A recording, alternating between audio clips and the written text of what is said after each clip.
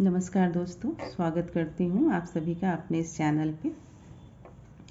आजकल एक नाम बड़ा सुर्खियों में चल रहा है, अतुल सुभाष मोदी। आप लोगों ने भी सुना होगा।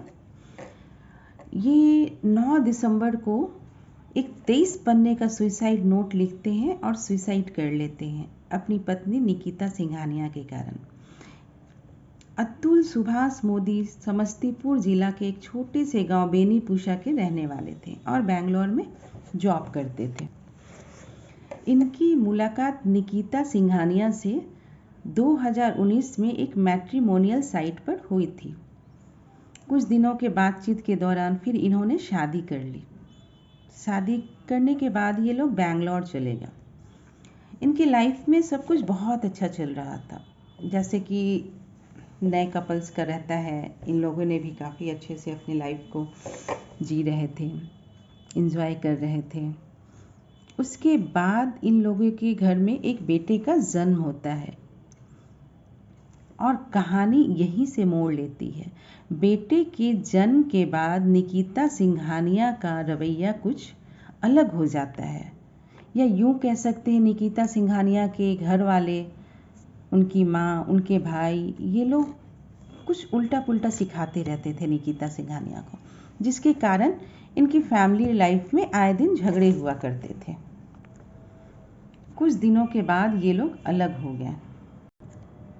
अतुल सुभाष काफ़ी परेशान रहने लगा, बहुत ही डिस्टर्ब रहता था वो। शायद इसी के कारण उन्होंने इतना बड़ा कदम उठाया। लेकिन क्या ये सही है? क्या आत्महत्या ही एक सॉल्यूशन है प्रॉब्लम को सॉर्ट आउट करने का? नहीं, अतुल सुभाष को लड़ना चाहिए था इस समाज से, इस कानून से। उसे अपने प्रॉब्लम्स को अपने मम्मी पापा के साथ शेयर करना चाहिए था, लेकिन उन्होंने पता नहीं ये बात शेयर की कि नहीं, मैं तो नहीं बता सकती हूँ, या शायद की भी हो। लेकिन कोई बात जब दिल को बैठ जाती है ना, तो उसे निकालना बहुत मुश्किल होता है, और शायद इसी दौर से अतुल सुभाष गुजर रहे थे। निकिता सिंघानिया आए दिन पैसे की डिमांड करते रहती थी, यहाँ तक कि उनके बेटे से भी एक बाप को मिलने के लिए वो पैसे लेती थी, तब मिलने देती थी। बताइए ये कितनी शर्म की बात है कि एक बाप को पैसे देकर अपने बेटे से मिलना पड़ रहा है। ये कहानी सिर्फ अतुल सुभाष मोदी की नहीं, बल्कि उन बहुत सारे पुरुषों की है जो अपनी पत्नियों से काफ़ी परेशान हैं। ये हम महिलाओं के लिए बहुत शर्म की बात है। हम उस देश के पावन धरती पे रहते हैं जहाँ देवियों को पूजा जाता है, और अगर निकिता सिंघानिया जैसी औरत ये काम करती है तो ये हम महिलाओं के लिए बहुत ही शर्म की बात होती है। हमारा समाज, हमारा कानून सिर्फ औरत का साथ देता है। क्यों? क्योंकि वो एक औरत है, चाहे वो गलत हो या सही हो, कुछ भी। कितनी सरकारें आएंगी, कितनी सरकारें जाएंगी, लेकिन पुरुषों पे कोई कानून नहीं बनेगा। और आए दिन निकिता सिंघानिया जैसी औरतों के कारण और ना जाने कितने पुरुषों को आत्महत्या करना पड़ेगा। एक औरत घर को बनाती भी है और घर को उजाड़ भी देती है। मैं आपको एक कहानी बताती हूँ। ये कहानी नहीं है, ये हकीकत है। ये पटना की एक लड़की थी, उसकी शादी एक डीएम के साथ हुई थी। मैं नाम नहीं बताऊंगी।